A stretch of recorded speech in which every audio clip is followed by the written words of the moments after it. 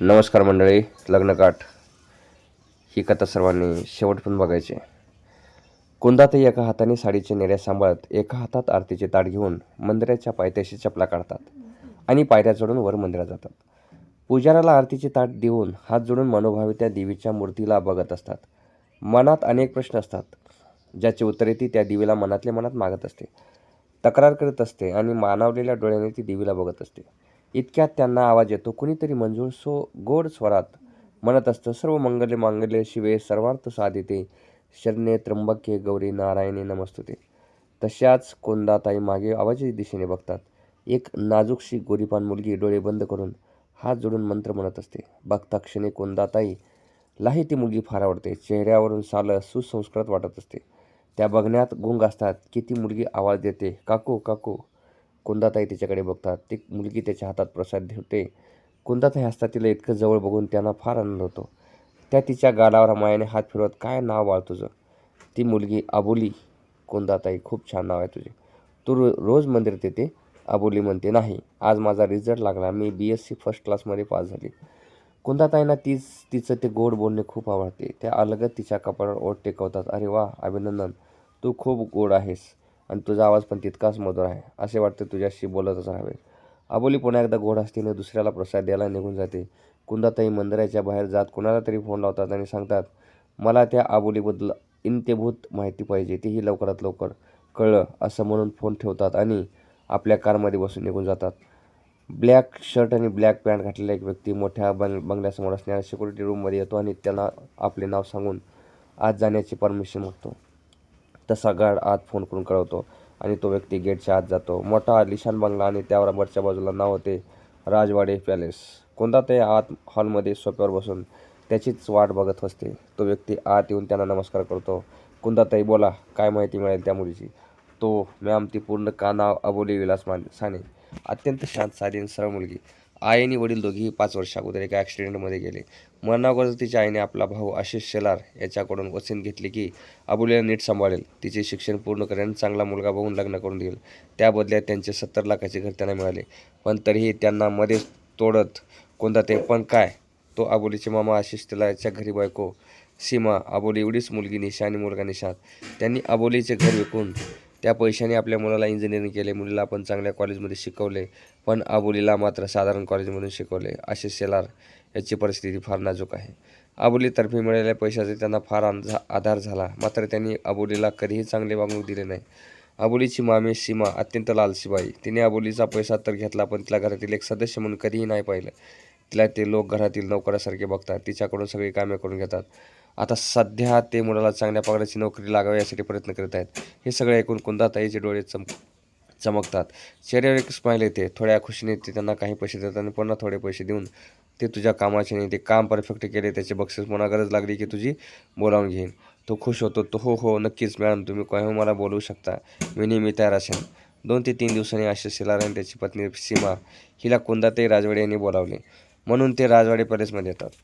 घरातील जुने नोकर वसंत काका त्यांना बसायला सांगतात. दोघी त्या मोठ्या आणि आलिशान भिरभी बघतात. त्या दिशाने उंची सोफ्यावर बसायला सुद्धा त्यांना अवघडत असते. इतक्यात कुंदाताई स्टेजवरून खाली येत, बसा बसा शेलार, आरामात बसा. त्या खाली येऊन बाजूच्या सोफ्यावर बसत, काय घेणार तुम्ही? आशिष बुजून जात, मॅडम काही नको. कुंदाताई, वसंत काका, पाहुण्याला चहा नाश्ता आणा. काही? आशिष दबक्या आवाजात, अहो खरंच काही नको. आम्हाला कशासाठी बोलावले आहे? आमचे काही चुकले का? तुम्ही असे अचानक बोलावले? कुंदाताई हलके स्माईल करत, अहो शेलार, तुम्ही असे घाबरू नका. तुमचे काही चुकलेलं नाही. रिलॅक्स व्हा. हां, हे पाणी प्या. आशिष लगेच ते पाणी गटागटा पिऊन संपवतो. कुंदाताई म्हणतात, आम्हाला समजलं तुमचा मुलगा इंजिनियर झाला आहे आणि नोकरी शोधत आहे. सीमा चमकून त्याच्याकडे बघते आणि घाईघाईने, हो हो मॅडम, माझा मुलगा खूप हुशार आहे, हो, आणि चांगल्या मार्काने तो पास पण झाला आहे. कुंदाताई म्हणाल्या, आमच्या एका कंपनीत त्याच्यासाठी चांगला जॉब आहे. 65,000 पर मंथली सॅलरीचा मिळेल तर खूप उपकार होतील तुमचे. कुंदाताई मंद स्मित करीत, ठीक आहे, दिली नोकरी. वरून तुमच्या मुलीच्या लग्नासाठी आम्ही 10 लाख रुपये पण देतो, पण त्या बदल्यात आम्हालाही काही पाहिजे तुमच्याकडून. तसे दोघेही एकमेकाकडे आश्चर्याने बघतात आणि धीर एकवटून आशिष म्हणतो, आम्ही काय देणार मॅडम तुम्हाला? तुमच्यासमोर आम्ही अवकात काय आहे? कुंदाताई, तुम्ही जे देऊ शकता ते कोणीच नाही देऊ शकत, म्हणून तर तुम्हाला बोलावले. आशिष गोंधळून, मॅडम, मी समजलो नाही. कुंदाताई एक दीर्घ श्वास घेत, मी जे म्हटले ते सगळे द्यायला तयार आहे, पण जर तुम्ही तुमच्या भाचीला आमच्या मुलासाठी देत असाल तर आम्हाला अबोली आमची सून म्हणून खावी आहे. हे ऐकून दोघे शॉक्ड होतात आणि एकमेकाकडे बघतात. सीमा पुन्हा एकदा तो बंगला न्याहाळते आणि मनात विचार करते, त्या भिकाडीला हे लोक आपल्या मुलासाठी मागत आहेत. तिची लायकी तरी आहे का या एवढ्या मोठ्या बंगल्यात राणी बनून राहायची? माझी निशा होऊ शकते राणी. सीमाचे डोळे मोठे होतात. ते आशिषच्या कानात कुजबुजत, अहो अबोलीपेक्षा आपल्या मुलीला करूया घरची सून. किती श्रीमंत आहे हे लोक, आपली मुलगी आयुष्यभर राणी बनून राहील. आशिष तिला डोळ्यांनी दटावतात. चुप बस बेअक्कल, तुला काही समजत नाही. कुंदाताई म्हणतात, सांगा तुमचा काय निर्णय आहे?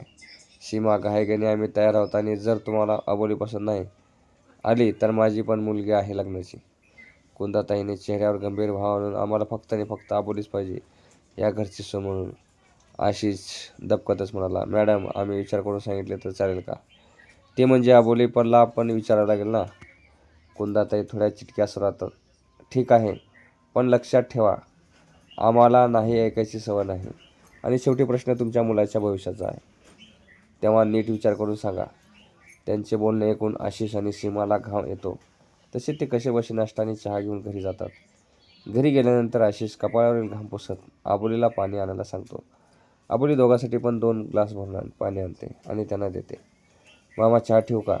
आशिष म्हणतो, नाही नको. सीमा ठसक्यात म्हणते, तू जा बरं थोडी बाहेर, मला तुझ्या मामासोबत बोलायचं आहे, मग आवाज देते तुला. अबोली आज जाऊन ग्लास ठेवते आणि बाहेर निघून जाते. सीमा आवाज चढवून, काय हो, काय गरज होती ती विचार करून सांगतो म्हणायची? तिचं लग्न त्यांच्या मुलाशी लावू तरच ते नोकरी देतील. पण आपल्या मुलाला कळते की नाही तुम्हाला? अहो 65,000 महिन्याचा पगार म्हणजे मजाक आहे का? तुमचा 6 महिन्याचा पगार आहे तो. आजपर्यंत काटकसर करीत असे घर चाललेले माझे मलाच माहिती. कसली हाऊस मौज नाही केली. करणार कशी? तुमच्या पगारात तर घरी नव्हते चालत. ते तर तुमच्या बहिणीचे पैसे भेटले म्हणून त्यांना इंजिनिअरिंग करू शकलो. आणि काय हो, एवढ्या श्रीमंत स्थळाला राही म्हणता तुमची भाची काय स्वर्गातली अप्सरा आहे का? जे यांच्यापेक्षा श्रीमंत स्थळ भेटेल तर अवैधतेत लग्न कराल तर भिकाडीचे नशीब उजळेल. सीमाच्या तोंडचा पट्टा चालूच असतो की तिला मध्येच थांबवत आशिष, मी विचार करतो म्हटलं, म्हणजे त्याला काही कारण तर असेल ना. तिचा मुलगा कोण आहे माहीत आहे का तुला? सीमा तोंड वाकडे करून, कोण आहे? आशिष म्हणाला, उदय राजवाडे आहे तिचा मुलगा. सीमा न समजून, हा तर मग काय झाले? आशिष म्हणाला विचित्र नजरेने बघत, तुला काय नाही माहीत का? उदय राजवाडे फेमस उद्योगपती. सीमा गोंधळून त्याच्याकडे बघते. तिला कळत नाही त्याला नेमके काय सांगायचे आहे. तिच्या चेहऱ्याचे एक्सप्रेशन बघून म्हणजे तोच व्यक्ती ज्याची 5 वर्ष अगोदर रेप केस खूप गाजली होती, ज्या त्या न्यूज चॅनलवर ते चालू होते. सीमा आश्चर्याने बघत, काय का झाले मग? जेल झाले होते का त्याला? आशिष म्हणाला, नाही, पैशाच्या जोरावर तो केस जिंकला होता. असं ऐकलं होतं की त्याने अपोजिट पार्टीच्या वकिलाला विकत घेतले होते आणि म्हणून तो केस जिंकला. त्यावेळी त्याचे लग्न एका बड्या उद्योगपतीच्या मुलीशी जुळले होते, पण केसमुळे ते लग्न तुटले. सीमा काहीतरी गवसल्याचं आव्हान तरी म्हटलं, ही मॅडम एवढी मेहरबान का झाली आपल्यावर? आपल्यासारख्या फाटक्या घरातील मुलगी का मागत आहे? मुलाचे लग्न नसेल जोडत म्हणून हा खटाटोप. पण असो, आपल्याला काय करायचं, लावून द्या त्या अबोलीची तिच्या मुलाशी लग्न. आशिष डोळे मोठे करेल, सीमा काय बोलते तू? तिच्या जागी निशा असते तर अशीच बोलली असतीस का? सीमा चिडून म्हणते, ते मला काय माहीत नाही. मला फक्त जेवढे समजते मी त्या एका लग्नाने आपली परिस्थिती सुधारेल. आपल्या निशांतला चांगला जॉब मिळेल. अहो, आपण जसे दिवस काढले तसे आपल्या मुलाला नाही काढावे लागणार आणि आपण निशाचे पण लग्नाला चांगल्या ठिकाणी करू शकू. सीमा गाल फुगून, ती आता सांगते हे लग्न कसे करून घेऊ द्या, नाहीतर मी निघून जाईन घर सोडून. मग बसा तुम्ही आपल्या भाचीला घेऊन. आशिष म्हणाला, सीमा हे काय बोलते तू? सीमा माझ्या मुलाच्या भविष्याचा प्रश्न आहे आणि मला काय करू मी त्याचा विचार कर. आई आहेत मी. आजपर्यंत कसे दिवस काढले हे मला माहीत. मला दुसऱ्या मुलाचे नवीन ड्रेस बघून आतल्या आत झोळायते मी. आज कुठे चांगले दिवस येऊ शकतात, पण का नाही विचार करू शकत मी? तुम्ही उद्या जाऊन त्यांना हो म्हणा. असं म्हणत सीमा पाय आपल्यात निघून जाते. इकडे आशिष मात्र काहीच सापडल्यासारखा असतो. काय करून काय नाही. तर दुसरीकडे आपली 2 मुले आणि त्यांचे उज्ज्वल भविष्य. मनात खूप दोष चालू असतो. पण शेवटी बहिणीच्या मुलीसमोर स्वतःच्या मुलांचे पारडे जण होते. सायंकाळी जेवण झालं. बाबुली सगळी खरकटे काढून उष्टी भांडी जमा करून बाहेर नेऊन ठेवते. निशा आपला मोबाईल चालत असते आणि निशांत बाहेर मित्रासोबत फिरायला निघून जातो. सगळ्यावरून अबोली झोपासाठी सगळ्यांच्या गाद्या खडकत असते. ती सीमा तिला थांबवते, बोली थांबू दे, हे काम मी करते, तू जा तुझ्या मामाकडे, तुझ्याशी काही बोलायचं आहे त्यांना. अबोलीला एकदम आश्चर्य होते. आज पहिल्यांदा तिच्या मामीने त्याला हातचे काम स्वतः करायला घेतले होते. पण मामीने सांगितले हे ऐकावे लागेल, नाहीतर ओरडा मिळेल, म्हणून ती मामाजवळ जाते. मामा तुम्ही बोलावले मला. आशिष सुपारीचा तुकडा तोंडात टाकत हो हो बस येते. तशी आबोली मामाच्या बाजूला बसते. आशिष आबोली बेटा आम्ही तुझे लग्न पक्क केलं. मुलगा चांगला उद्योगपती काय, करोडोचा मालिक आहे आणि स्वतः चालून आलेलं स्थळ आहे. आपल्याकडून त्यांना काहीच नको आहे. लग्नाचे सगळे तेच बघणार आहेत. नशीब काढली बेटा तू. आबोली म्हणाली, पण मामा मला इतक्या लवकर लग्न नाही करायचे, मला जॉब करायचा आहे. एक तास मामी ओरडत, काय करायचं आहे नोकरी करून, कोणती दिवा लावणार आहेस? एवढे श्रीमंत घराने काय रोज रोज चालून येणार आहे का तुझ्यासारख्या बेकाडेला? आणि करोडपतीच्या बायकोला काय गरज नोकरीची? तसे मामा मामेला चूप बसवायला सांगतात आणि स्वतः आबोलीला समाजनीच्या स्वरात म्हणतात, बेटा तुला पण आपली परिस्थिती माहीतच आहे. मी दोघीचे लग्न काय नाही करू शकत ग, त्यात एवढे मोठे घराणे. मला वाटले आयुष्यभर सुखी राहशील म्हणून मी होकार दिला. आणि निशांतला पण अजून नोकरी नाही मिळाली तर त्यात लोक त्यांच्या कंपनीत निशांतला चांगला पगाराची नोकरी द्यायला तयार आहेत. अशी जर झाले तर माझी वजन कमी होईल आणि आमची पण परिस्थिती सुधारेल. तू बघ आता तुझी इच्छा नसेल तरी जबरदस्ती नाही करणार, पण असं स्थळ पडणार नाही. तुझे होणारे पतिदेव अबोली बिझनेसमॅन आहे. रावी कशाला बिझनेस करतात ग? अबोली म्हणते, मला माहीत नाही का, मामाला एवढे सांगितले. रावी राष्ट्रीय काय? मग डायरेक्ट मुलाला विचारायचं ना कुठला बिझनेस आहे ते. अबोली नाराजीने, मग कसं विचारणार, मला तो कोण आहे ते माहीत नाही. रावी डोळे मोठे करून, काय तुझे लग्न कुणाशी होत आहे माहीत नाही का? अबोली नकारार्थी मान हलवली. रावी म्हणाली, अगं मग लग्नाला तर कशी झालीस तू? अबोली मामाने लग्न आधीच ठरले आणि नंतर मला सांगितले. रावी म्हणाली, म्हणजे मुलगा तुला बघायला आला आणि पसंत केला नाही, मग लग्नच ठरलंय असं नाही झाले का? अबोली नाही म्हणाली. कोणीही बघायला आले तर रावी संशयाने बघत, काहीतरी गडबड आहे. अबोली, एवढा मोठा बिझनेसमॅन आहे, त्याला श्रीमंत मुलीची काही कमी नसेल आणि तुझ्यासारख्या गरीब मुलीशी लग्न करतोय. तशी तू खूप सुंदर आहेस, करू शकतो, पण तुझ्या बघायला त्याला काही शक्य आहे का? मला नाही, ही गोष्ट पटतच नाही. बरं तुला तुझे नाव तरी माहीत आहे का तुला? अबोली विचार करते. कोणीतरी उदय राजवाडे आहे. मामाने सांगितले नाव. रावी आश्चर्याने बघत, नक्कीच हे नाव सांगितलं का? अबोली गोंधळ, हो हो हेच नाव सांगितलं. रावी म्हणाली रोखून बघत, लगेच ती लग्न मोड. तू मामाला सांग तुला हे लग्न का नाही करायचं. अबोली कन्फ्यूज होतं. अगं पण का, असं काय झालं? रावी अबोलीकडे बघत, मूर्ख मुली, तुला माहीत नाही का तो उदय राजवाडे कोण आहे? अबोली संशयाने बघते, कोण आहे तो? रावी, अगं रेपिस्ट आहे तो. 5 वर्ष आधी त्याने त्याच्याच ऑफिसमध्ये काम करणाऱ्या एका मुलीवर रेप केला होता. अबोली धक्का बसल्यासारखी, काय तो खरंच सांगते? रावी विश्वासाने, हो ग, न्यूजवर खूप गाजलेले होते ते प्रकरण, पेपरमध्ये पण कितीतरी दिवस सारखे येत होते. आपली 10वी बोर्डाची एक्झाम होती त्यावेळेसची एक गोष्ट आहे.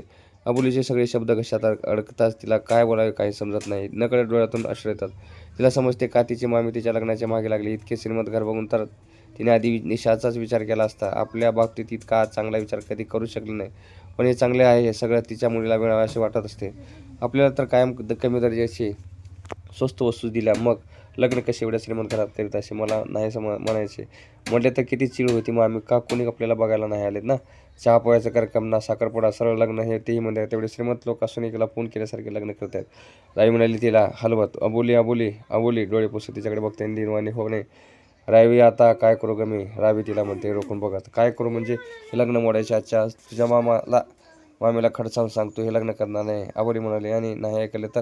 रावी म्हणते, नाही ऐकले तर घरून पळून जा, पण अशा व्यक्तीची लग्न नको करू. अबोली, मला भीती वाटते ग. मामीची त्या दिवशीच नाही म्हटले मला काय काय बोलले? रावी म्हणाले, तुझी मामी एवढा जोर देते म्हणजे नक्कीच त्यांनी पैसे दिले असणार. तू हिंमत नको करू, तुझ्या मामाला सांगते ऐकते. सायंकाळी जेवण झाले. अबोली मामाजवळ येते. मामा, आशिष मला. हा बोल. अबोली घाबरत, मामाला हे लग्न नाही करायचं एवढे म्हणतात. आतून ऐकणारी मामी तिच्यावर नजरते. काय ग साठी लग्न न करायला काय झालं? आयुष्यभर आमच्या बरोबर बसून खाणार आहे का? कोण मागेल का तुला? मायबापाची पोरगी म्हणून सांभाळ. चांगले घर बघून लग्न करून देत आहे तरी तुझे काय चालले आहे? आमची काही इज्जत आहे का नाही एवढ्या श्रीमंत घरासमोर? आम्हाला शर्मेने मान खाली घालायला लावणार का? ऐन वेळेवर लग्नाला नाही म्हणते. बघा तुमची भाची खूप कौतुक होते ना तुम्हाला, आता बघा तुम्ही. आशिष वैतागून मला, तू शांत बसते का थोड्या वेळ? म्हणजे मी तिला काय म्हणायचे आहे ऐकून हे शकेल. सीमा पाय आपटत आत निघून जाते. पण जायच्या अगोदर अबोलीने आशिष कडे रागाने बघत, काहीतरी झाले तरी लग्न होणार सांगून ठेवते. आशिष अबोलीकडे बघून प्रेमाने, काय झाले अबोली? अचानक वेळेवर कोणी काही बोलले का? अबोली रावीचे नाव न घेता बोलते. मामा हे ऐकले की 5 वर्ष अगोदर त्याच्यावर रेप केस चालू होते. ऐकून मामा गडबडतो. तू स्वतःहून दारमून दाखवतो. असे काही नाही बेटा, ती खोटी केस होती. त्यात राजवाडे साहेब जिंकले केस. तिने केस केली नंतर हरली. तुला असं वाटते का मी अशा कुठेतरी तुझं लग्न? अबोलीला समाधान नाही होत. मामा, मला खूप श्रीमंत घर नको, साधारण मिडल क्लास फॅमिली असली तरी चालेल, पण आम्ही लग्न नाही मोडू शकत का? आशिष, नाही बेटा, आपण आता लय वेळ लग्न नाही मोडू शकत. ती खूप मोठी लोक आहेत आणि त्यांनी निशांतला चांगली नोकरी पण दिली आहे. आता लग्न मोडले तर निशांतला नोकरी करून काढेलच, दुसरीकडे नोकरी पण मिळू नाही देणार. खूप वरपर्यंत पोचायचे, आपण असे करू शकत नाही. अबोलीच्या डोळ्यात पाणी येतो. ती लहान जरी असली तरी तिला कळे की तिचे मामा मामी आपल्या फळ्यासाठी सरळ सरळ बळी देत आहे. ती हताश होऊन शून्यात बघते. तिला आईबाबाची खूप आठवण येते. तिने आईवडील असते तर त्यांनी असं होऊ दिलं नसतं. पण आता स्वतःच्या डोळ्याने स्वतःचा उद्ध्वस्त होताना बघायचे होते. ती हताशपणे तयार होते. जणू काही फक्त शरीर उरलं आहे. आपल्या मनात भावना तिने केव्हाच मारून टाकल्या होत्या. To be continue. थँक्यू मित्रांनो.